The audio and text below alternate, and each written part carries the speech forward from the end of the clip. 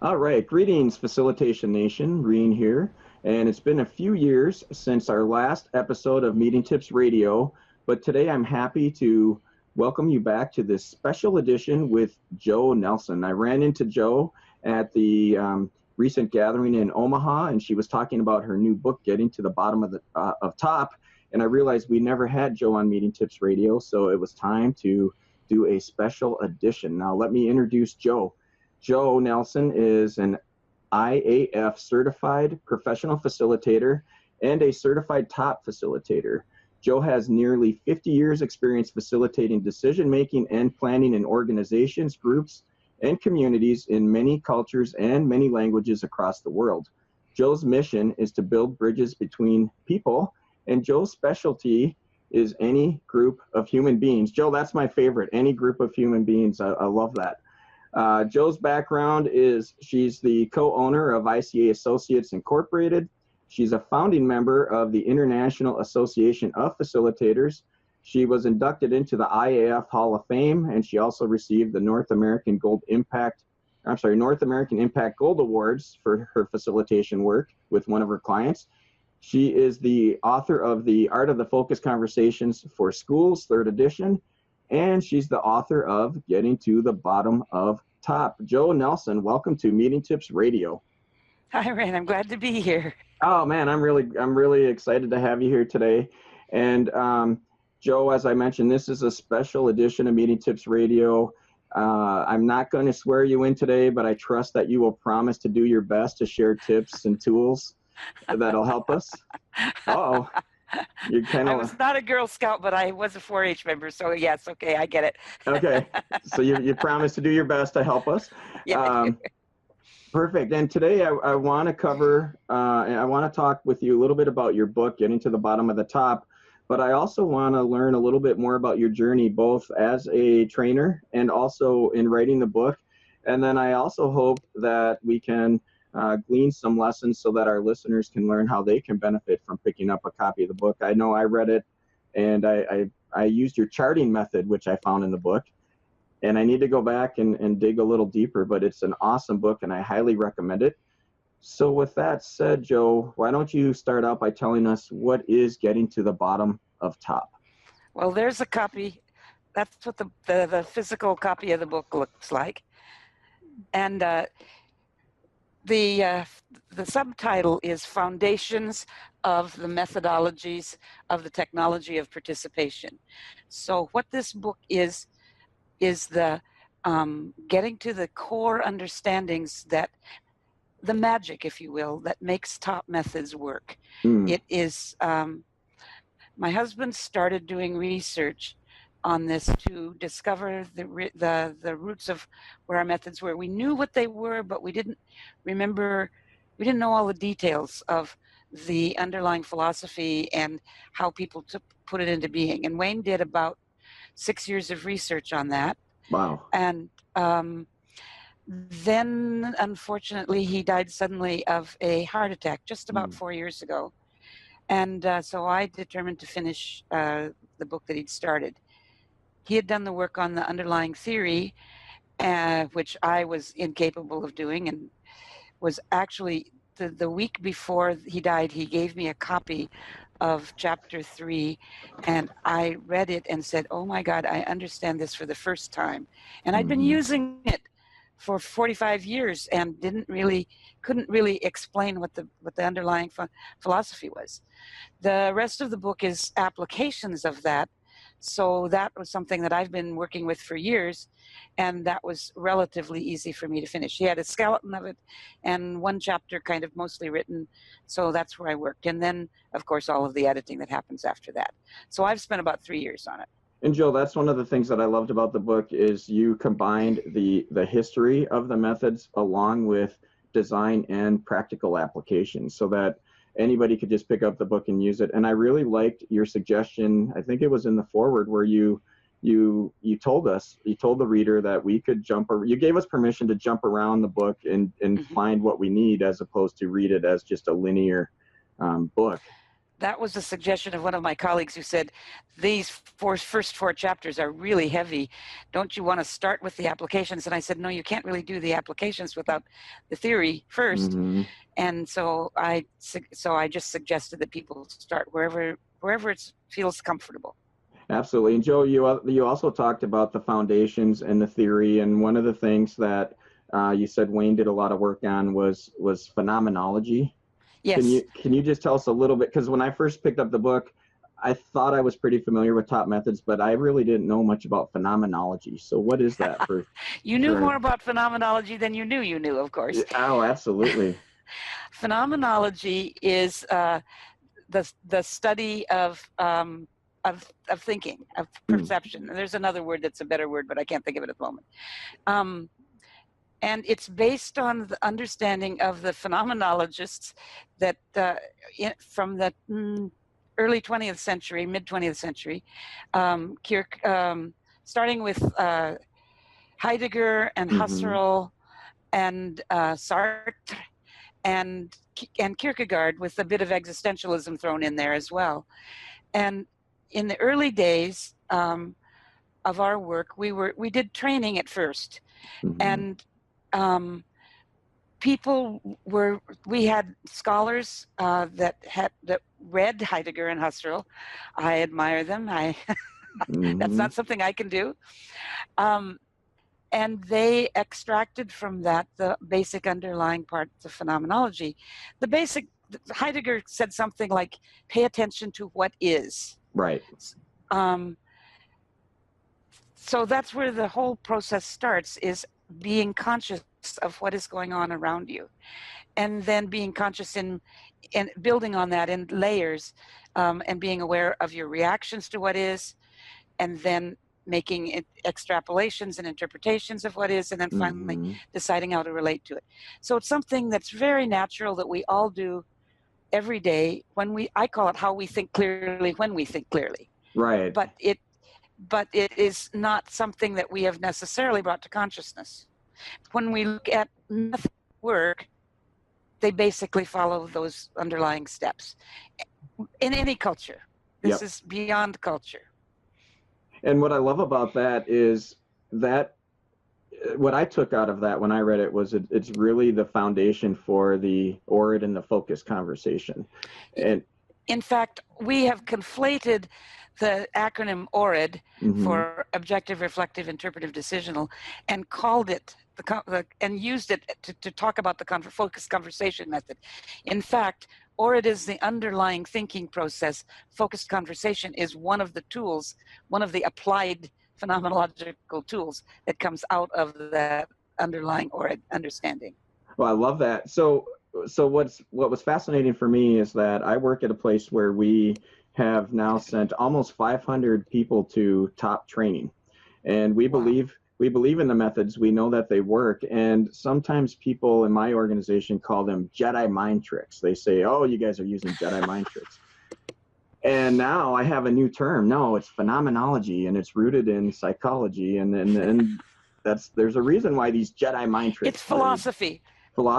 It's really rooted in philosophy. Yeah. See, these phenomenologists they said, why do we start with the abstract and then try to make meaning out of that? What we need to start with is what is there around us, and then extract meaning from there. So it's philosophy, but they turned philosophy on its head. Oh yeah, absolutely. So for those of you who have not been to training or will be going to training soon, trust us when we say these methods work, and they're easy to learn too. They're very easy to learn. So Joe, you talked a little bit, you said it took you participated or worked on your portion of the book for about 3 years. How long did you say Wayne had been working on the book? At least 6 years. I don't even remember when he started. Okay, and so Wayne started, and then you picked it up, and you did some interviews with some of the giants in top, and you've also been using these methods since, did I read it was like 1966 or? 1966 is when I was first exposed to them. It took me about 4 years to really get them. We weren't. I wasn't taught directly. I was exposed to them for second week in November of 1966. I remember the event. Oh, yeah. But I didn't really start using them. Using them well until 1970 or so. But there must have been something there that encouraged you to continue learning and growing with these methods. I mean, obviously, there's a reason why you kept going. Well, there were many reasons, but Mm-hmm. one of the things that happened to me in 1970, the end of my university career, I had a paper that I had to read a book Mm-hmm. and summarize 5 chapters of it and submit the paper. And it was 2 days before the paper was due, like most students. Mm-hmm. And it was a necessary one for my degree in anthropology. I had a degree in education and anthropology. And I knew it was going to take me a day to type it. This was before computers. So I had one day to read this entire book and come up with the summary of these 5 chapters. Well, I used the focused conversation method and the charting method in order to get that work done. And by golly, I got an A on the paper. Wow. Because I used those methods to get to the underlying understanding and summarize it clearly with little trouble at all. I didn't have to actually read the entire book. That's excellent. So for those of you who are students out there, there's an excellent reason to pick up the book right there. A very practical application. And that's when I started using it very often, because I realized what difference it could make. Oh, that's excellent. So, Joe, my next question then is, as you think about the work that you did going back and researching the methods and conducting the interviews, and you think about the top methods over time, what, if any, trends really started to jump out at you as you were doing this research? I think over the years we've refined the methods quite a bit. Mm-hmm. We started using them intellectually in training. As training tools for people to understand. We used, for example, in the early days, we used the Guernica as and had a conversation on the Guernica as part of a training course. Wow.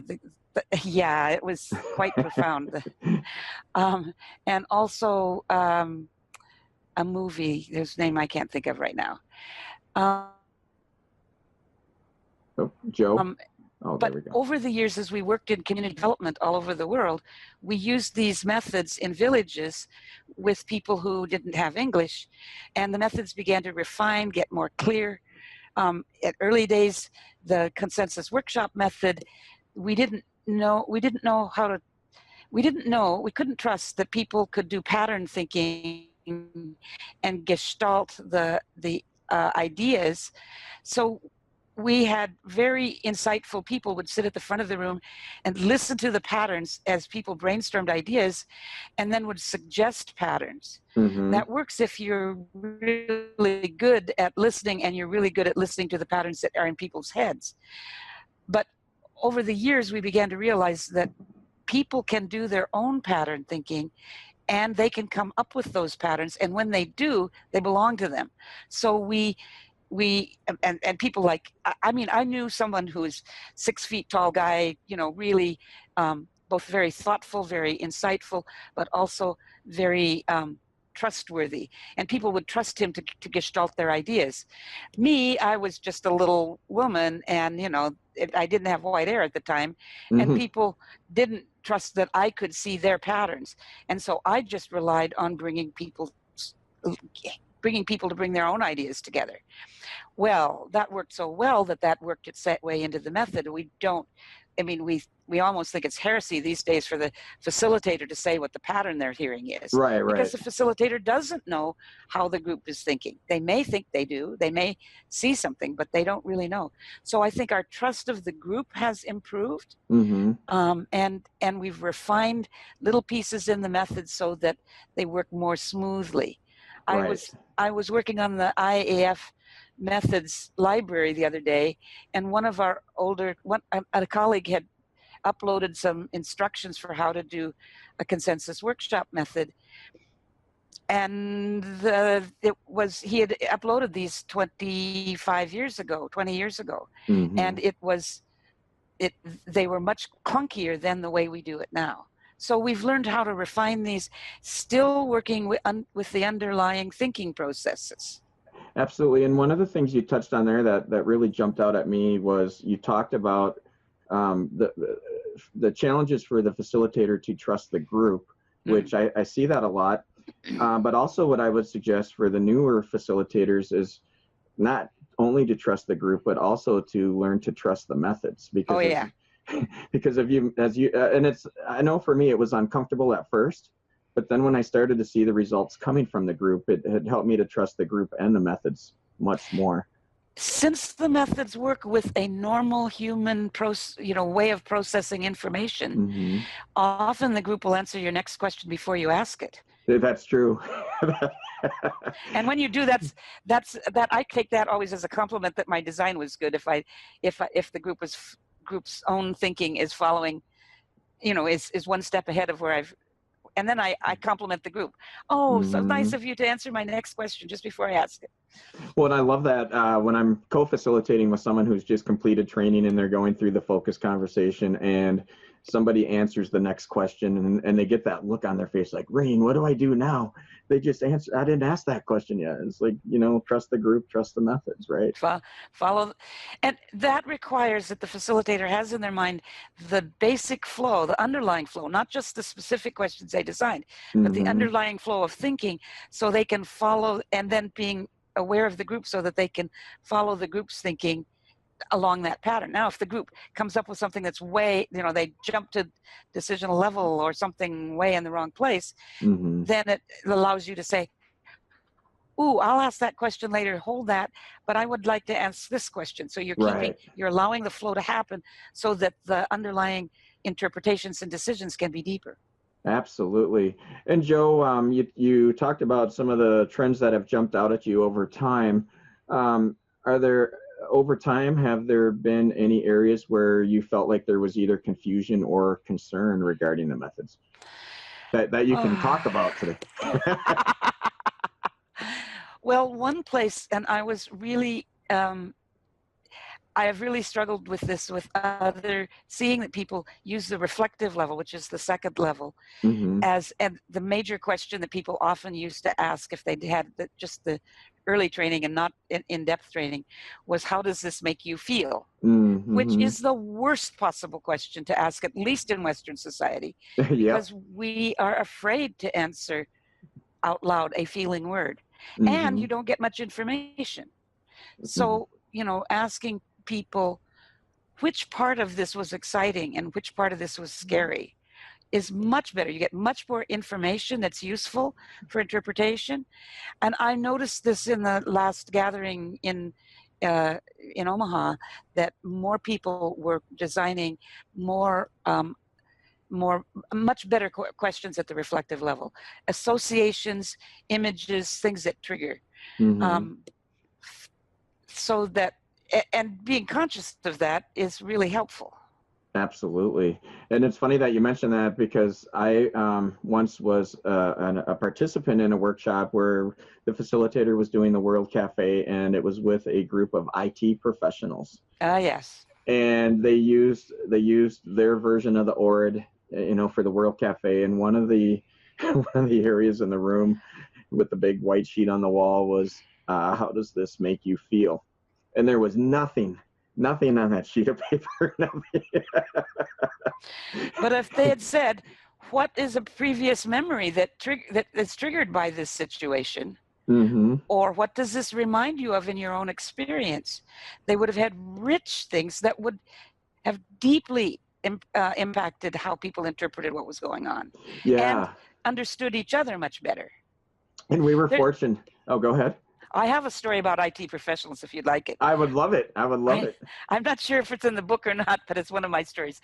Anyway, I was working with a group of IT professionals in a major retail corporation many years ago now, probably 30 years ago. You may have worked with me, Joe. No, it was in Canada. Oh, okay. Anyway, the group said, well, I was teaching them, and they said, well, there is no such thing as a reflective level. And I said, okay, fine. So I showed them this movie, this video to do a demonstration conversation on. And I knew better than to bring something, you know, touchy-feely to it. So I had gotten from one of the supervisors one of those videos you show to new hires. Oh, Here's right. our organization structure. Here's the jobs that we do, all of that sort of stuff, right?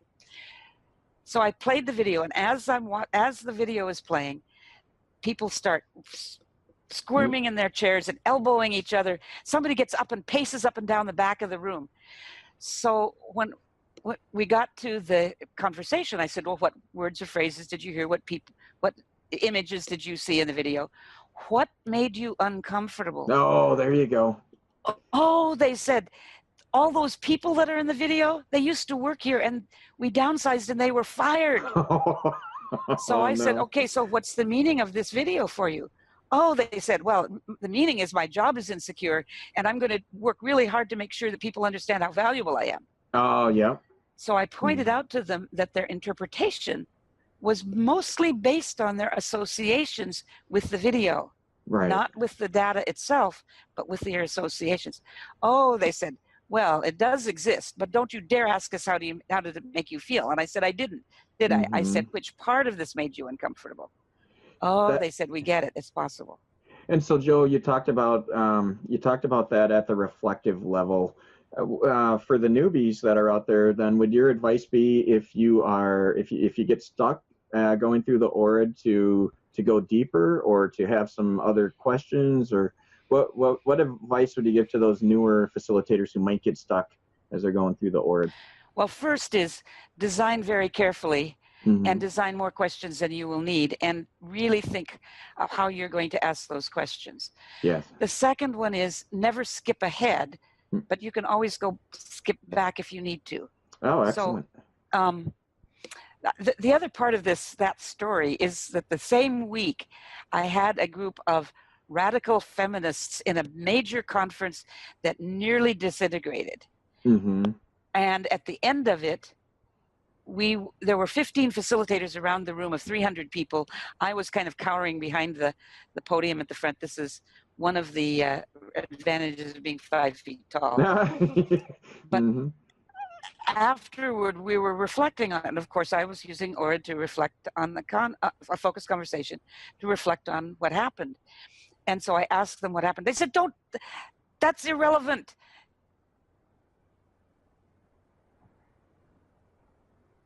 And what's this going on? Somebody else said, oh, I didn't see that at all, but I'm just as angry as you are, but I saw something very different. I said, well, what did you see? Well, it wasn't until we had noticed that they were not answering the objective level. They were only answering the reflective. But I asked them to tell me what the data was that triggered that. What did they observe? By going back to that, we established what we had done, and therefore what the significance of that was and how we might do it differently if we did it again. Excellent. I love that. So that's another thing. If people don't answer at one level, change your question or bring them back in some way. And that's one of the things that I suggest too, is have some extra questions and don't be afraid to use them, right? I mean, you have your script and you know what you're trying to accomplish with your aims, but don't be afraid to do what you need to do to get the group engaged. Excellent. Thank you for that advice. And Joe, one of the things I wanted to also ask you about is you've been using these methods for nearly 40 years. You said that you did 3 years worth of research. Wayne did 6 years of research, but you've also been using the methods for, since the 60s and 70s. What new vantage point or new insights did you get from doing research for this book? It wasn't so much, I didn't so much do research. Well, I had to look up some of the page numbers for the first part, but mostly I did writing. Okay. And it was drawn from my using and teaching the methods for the last 40 some odd years. The new vantage point was more clarity. Well, because each of the chapters is applied phenomenology. There are people who studied phenomenology. There are very few people who talk about applied phenomenology, and this is one of the few things. From the standpoint of looking writing the chapters on each method and saying, how does this apply? Each step of this method apply the 4 stages of phenomenology, Mm-hmm. and there's some other key points of phenomenology, as well as intent, and I can't remember all 3 of them at once. I never can. Well, they'll have to buy the book to get they're those. Structured. They're clear in the book. They're introduced, and then each method chapter talks about how this method fits these. By going through that, I became much more clear about why each of the tiny little steps is there. So, for example, why in the brainstorming in the consensus workshop method, you have individual brainstorming, small group brainstorming, writing on cards, and then you put them on the wall so the whole group can see them. So that became the details, the finesse became much more clear to me why it works. If that makes sense. That does make sense. And I love that pay attention to what is. That has become really much more important to me, especially in these days where my naivete about people paying attention to what is has quite that everybody will always see if they're asked what's going on around them. That's kind of dissolved, but the necessity of asking those questions and verifying the information has really grown. Well, part of that is timing and historical events as much as working on the book, but the 2 at the same time. Well, one of the valuable lessons I got out of that, when we were in Omaha, I was sharing some stories with some of the other facilitators, and I had talked about a point in my career where I was almost burned out, and I would be facilitating, and I wouldn't always be in the moment or paying attention to what is happening with the group, because I was just burned out. And then when I read your book and I saw that, talk about paying attention to what is, like, wow. I wish I would have had that a few years back when I really needed it. So it was very helpful to me when Wayne died. We had been married for more than 40 years, nearly 41 years, and we had worked as partners as all the time. So we were joined at the hip, essentially. And I used that structure to keep myself aware, awake, and to acknowledge when I was unable to process information. Right.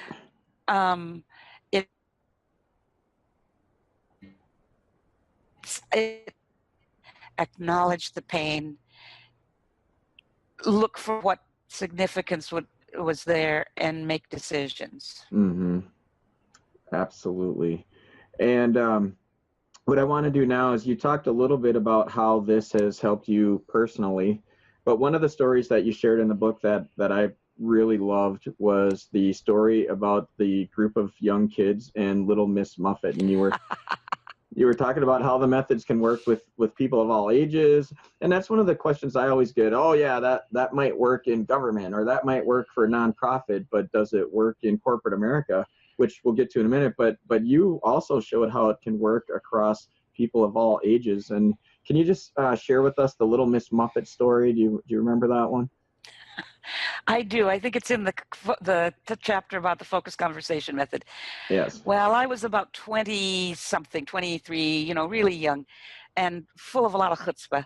So I was running a class in a summer day camp for 4-year-olds. And I decided, okay, we're going to do a focused conversation on Little Miss Muffet. I love that. So the first thing we did is we said it out loud. And actually I use this with training courses these days. So we recited it out loud, and all the kids knew it. And then I said, what words catch your attention, and what don't you understand? Well, they didn't know what curds and whey was, and I'm a farmer, so I could explain that. And tuffet, that was a biggie. So I said, well, and someone later told me it's the same root as tuft of grass. Someone told me in one of my classes. So anyway, I said something to sit on, So we went through it. What happened first, second, third? Where have you experienced something like this? And they all had places where something had frightened them. And And then I got to the interpretive question, and I said, so what is this? What is the meaning of this? Right. And Piaget would say 4-year-olds cannot answer that question. Mm-hmm. But little Dana Caruso thought, her face was blank for a minute, and then she thought, and she said, it's about when something scares you, you can decide if you're going to run away or not. And next time I'm going to think before I run away. That's wonderful. So she moved it from the interpretive to the decisional without even having to ask the decisional question. Mm-hmm. When you use the method, it's like unpeeling an onion, and even 4-year-olds can make that kind of, can follow that kind of thinking and think more profoundly. I think about this. This was 1972, Mm-hmm. and she was 4 years old. Imagine what a powerful woman she is today. Well, that's what I was just thinking. With today's technology, we may have to do a little research on LinkedIn and Facebook and see if we can find her. That would be great. But now here's what I also loved about that story. In the book, you went from that story into another story about a group of adults. Someone had come to your training, and they were in corporate America, and they were working on a really difficult project, and they were going to have to, they had already been working a lot of overtime, and it sounded like they were going to have to do even more right around the holiday season. And you guys used the focus conversation to get some clarity and move the group forward. And what I loved was you went from little kids to, people working in a corporation, same method. And same method. And both had great results. And could you share that story with us? Well, it happened to be the same IT group in a major. Oh, the same IT group. Okay. Yeah, they taught me a lot of things, that group. Well, they were getting into designing the conversations. Mm-hmm. And one of the managers came to me and she said, well, this works in theory, but it's not going to work in practice. And I said, really? Tell me why.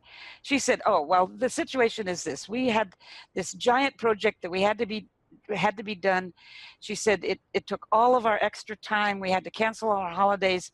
It's now about October or November, whatever it was.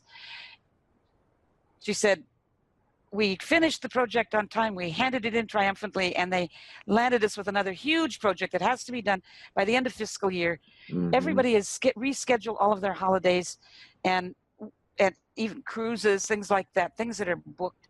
She said, we can't decide whether or not we're going to do this project. We'll all be fired. Right.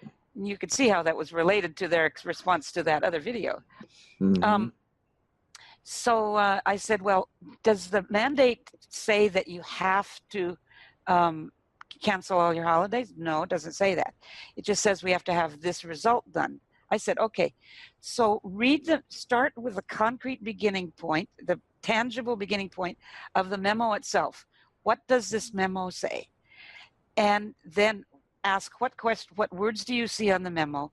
What's scary about this project? What's exciting about this project? What worries you about this project? Then what are the implications of this project? And what are the implications for our time? Mm-hmm. Well, what they ended up deciding was to work 18-hour days and keep their holidays. Wow. I think I would have decided not to work for the company. Right. But they were able to make the decision with the parameters that were there. They did not. The parameters didn't say they had to work full time and dump all their holidays. It just said they had to have this project done. So they learned a whole lot about what you start with and how you create your aims. Right. And what the conversation is about and what it's not about. Well, so in this case, it's not about what you can't control. It is about what you can deal with. And what I love about that is you use the focus conversation method to move them to a decision. And an inclusive decision, right? It was inclusive, participatory, everybody was involved. And it's funny because I know, especially with IT groups that I work with, a lot of executives are afraid to let the group have that level of inclusion. But in the story you shared, it sounds like they not only reached a decision, they figured out how to accomplish their objective and get the work done, right? They figured it out. Yep. And and it was setting the parameters of what they could decide about that helped them do that. And that's another thing I've learned about the method in the, another piece of refinement is setting clear parameters and your aims before you create the conversation. Absolutely. We're talking a lot about the conversation and workshop method. There are other top methods that are covered in the book that aren't always covered there are in the 5. Yeah. That are globally understood as the core top methods. Plus, I put in design and 2 intellectual methods that ICA has used for years because they're necessary as well. And I use them. I use charting when I'm facilitating as well. So that's one of the intellectual methods. Absolutely. And the methods, tell me if I have them right, Joe. The focus conversation is a top method, the consensus workshop, strategic planning, action planning, and then I call it the wall of wonder. I think in the book you called it something else. I am trying to change the wall of wonder, historical scan, journey wall. And journey I'm trying wall. When we started using that method in Canada, it was really clear that nobody could do Wall of Wonder. Oh, that okay. was just way too airy-fairy. I'm sure it doesn't work with IT folks either. yeah. I'm not going to share that. That'll be next episode. So we renamed it historical scan. Or I actually think I did that about 30 years ago. But as I've been working with it, I realized it's not really a scan, and it's not really history. It's really the journey of the organization is the intent of it.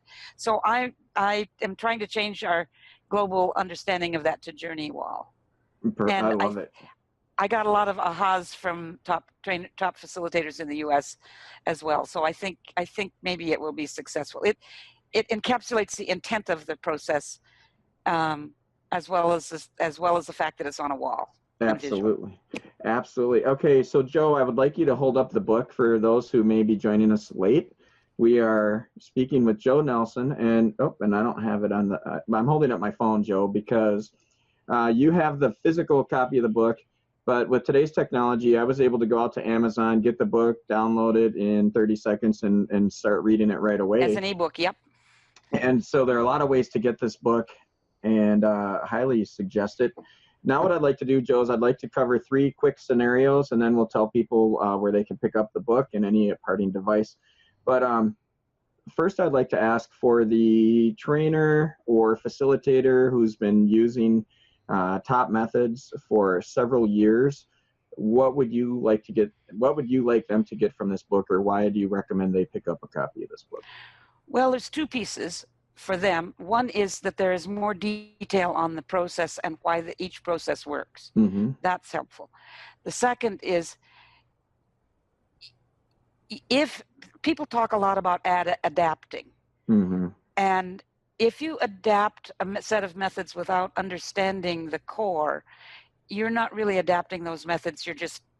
And they may not work. Right. If you understand the deep core of phenomenology in this case, then you can riff on it. Like if you're playing jazz, you got to understand the structure of 8-bar blues. And then after that, you can riff on that. You have to understand the structure of the music before you can riff on it and do your own adaptations and innovations. So for people who've been using the method, if you wonder what the magic is and how to adapt it to different kinds of groups, like children or IT professionals or corporate CEOs, then if you understand the underlying structure, then you can do that adaptation, and you can still be confident that the methods are going to work.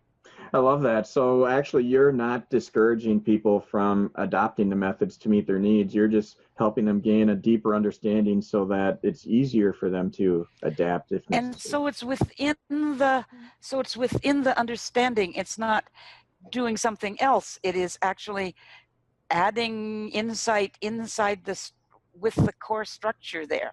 I love that. I love that. Now let's jump to another audience. And these are people who maybe just completed top facilitation methods, or maybe they just completed top strategic planning, and they're a little bit newer to the world of top. What do you want those readers to get out of the book?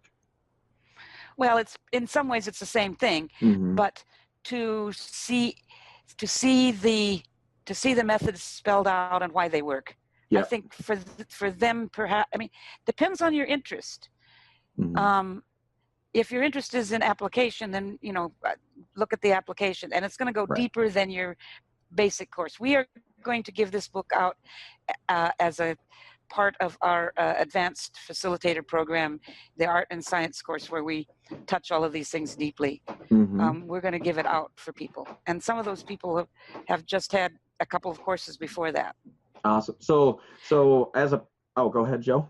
Well, the book is also written to the standard that it can be used as a textbook Right. in universities, Mm-hmm. because there are many people who teach facilitation in universities but don't have academic books to rely on. Absolutely. And this one will give them in fact, there's a quote from Rob Work that says, scholars and facilitators, the Nelsons expose the philosophical foundations of the ICA's top methods in ways that scholars and facilitators alike will find useful. Absolutely. And let me just add something to that as well. So as I mentioned, we've had a lot of people where I work who have gone through TFM, and one of the things, when I think about my conversations with them, I know that they could pick up this book and have instant help on their design. I think there are tips in there that'll give them confidence on, to help them trust the methods while they're just starting out. And I believe there are just a lot of real practical applications that the new facilitator can probably benefit even more than what you just said. So I think there's a huge benefit in this book for some of the newer facilitators as well. And we don't always teach design. We do in Canada. We have it in in the art and science course, but the design piece in here, one of the things I've discovered over the years is that design is one of the intangibles that facilitators actually depend on. Right. And it's probably 80% of what you do is really good design. So having this comprehensive chapter on design is very useful. Oh, absolutely. Absolutely. For anybody. And then my last question, very similar. Now I realize it's similar to the one I just asked, but how about those watching? Maybe someone stumbles across this on YouTube or LinkedIn, and maybe they've never been to top training, but they think they find themselves facilitating a lot of meetings. How could they benefit from this book? I think understanding the underlying thinking structure, how people think clearly when they think clearly, will help people plan how they're going to use whatever methods they use. Right. It will also help them test whatever methods they use against a solid base. So, for example, you could take World Cafe and check it against the phenomenology. Does this follow? There are a lot of coaching methods that follow this underlying thinking pattern. There are many other methods that follow this underlying thinking pattern. Some people have invented things that are very similar. When I wrote Art of Focused Conversation for schools, I discovered that there was a woman named Alma Flor-Ada in California who did bilingual education, who'd come up with a process almost identical, the same 4 underlying steps. I quoted her at length, discovered just last year that I had been on a facilitator listserv with her daughter. I didn't know that they were related. They didn't know that I'd quoted her. But there are many people who come up with similar methods. If your methods work, they probably follow this process. Right. Absolutely. I love it. So, Joe Nelson, I really appreciate you spending time with us today. What parting advice do you have for someone who may be watching this video? Well, take the advice that you put at the beginning, which was read the table of contents, figure out where you want to dive in, and start wherever it makes sense to you. And the later chapters do refer back to things in the earlier chapters, but you'll find out why you need to read those. have fun with it, Oh and yeah. actually let me know if you can. Let me know what you found useful. If you're a scholar of phenomenology and we did something that you don't agree with, let me know. This is a kind of learning. This is collaborative learning. Absolutely. In fact, I would ask anybody who's watching this video to leave your key learning in the notes below. Let us know how what you learned either from this video or in applying the methods from the book. Let us know. Let's make this an ongoing conversation. And with that said, Joe, how can people get in touch with you? How would you like people to contact you? Or do you want them to start? Oh, go. I'm sorry. Give me some options. Go ahead. I was maybe the real question is, first of all, where can people find the book? First of all, they can find the book. The publisher is iUniverse, and they have a website, iuniverse.com. Okay. The royalties all go to the nonprofit charitable organization ICA Canada. Oh, nice. So and more royalties go there when you buy it from the publisher. Okay. And you can buy either the paperback or the e-version on iUniverse. It is also available on Amazon and many other. It's expanding more other booksellers. Absolutely. I don't know that it's hard copy in a store yet, but there certainly it's available online at different booksellers. Well, and one of the things I would recommend is if you need to get your hands on it quickly, download the ebook, but then go back and pick up the hard copy, right? So I'm recommending the hard copy because flipping back and forth is much easier. And for something, I mean, I'm not going to say that the first 4 chapters aren't difficult. They are accessible. I cannot read Heidegger and Husserl, and I had to look for some particular page numbers, and I can affirm that I cannot read them. But Wayne made it accessible. Right. Some people tell me that it takes a couple times of reading that chapter to really get it, those chapters to really get them, but it still is accessible. Absolutely. So you need the book to be able, you need a hard copy book sometimes to be able to do that kind of flipping back and forth. Absolutely. And that's why I suggested, like in my case where I bought the ebook because I needed to get it right away, but I'm going to buy the hard copy because I am a kinesthetic learner who really does need to flip through the pages. And yeah, so I can't wait to get my hard copy of the book. And so how can people get a hold of me? I would say use my LinkedIn or Facebook. I think that's probably the best way to do it. I think, yeah. And I'll put links to your LinkedIn profile right in the show notes so that people can get a hold of you there. And that I would also encourage people who are watching this interview, leave your questions and comments in those comment areas as well, because I'll be looking at them. I'm sure Joe will be taking a peek when someone leaves a comment. And if you have a question and you want an answer, just because you didn't, see us on the live stream doesn't mean you still can't get the answer to your questions. So Joe Nelson, thank you so much for joining us on Meeting Tips Radio today. I really appreciate you taking the time to chat with us, and even more so, I really appreciate the work that you and Wayne did on this book, Getting to the Bottom of Top. It's a great book, and I'm so happy that you did this for us. I feel like you've given us a gift, and I just appreciate it. So thank you very much, Joe. Thank you. It was a gift to me to get Wayne's legacy in history and to make sure that the methods are going to be used thoughtfully and deeply. In a second.